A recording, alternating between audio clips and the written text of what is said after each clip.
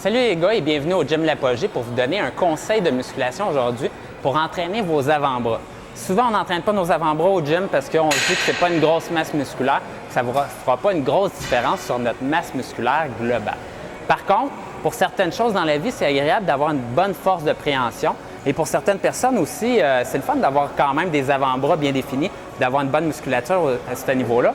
Sinon, mais dernier objectif, ça peut toujours aussi de serrer la main de votre mononcle à Noël, puis d'être plus fort que lui, puis de serrer à la main, puis que vraiment détruire la main à Noël, puis qu'il fasse « Oh, shit, il est en train de s'entraîner, lui, puis il est rendu vraiment fort. » Donc, si vous voulez impressionner tout le monde avec votre poignée de main, il y a quelques outils qui existent pour essayer de travailler vos avant-bras. Le premier qui me vient en tête, ce serait le bâton avec la corde où on enroule comme ceci.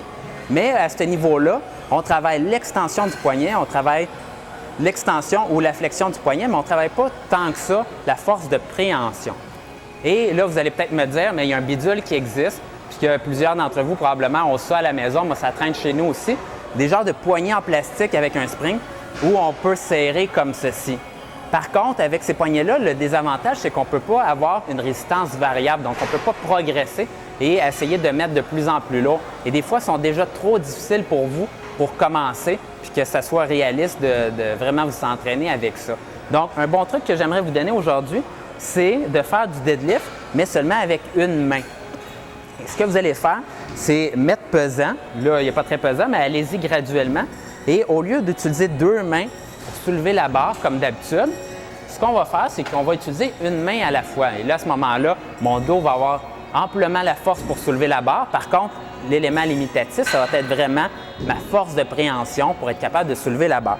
Donc, vous mettez votre main bien au milieu. Ce que vous allez faire, c'est soulever la barre comme ceci et maintenir la barre pour environ 10 à 20 secondes comme ça. Donc, ce qui va être difficile, c'est surtout de tenir la barre. Et la barre comme ceci a quand même une bonne circonférence pour dire là, que je travaille bien ma force de préhension. Donc, si je suis capable avec une certaine charge, montez la charge tranquillement, pas vite, et améliorez-vous à peu près d'un 5 livres ou d'un 2 livres et demi à chaque entraînement. Faites les deux mains et à ce moment-là, d'ici quelques semaines, vous allez avoir une excellente force de préhension pour tenir vos charges et pour serrer la main du mononcle au Noël prochain. Salut!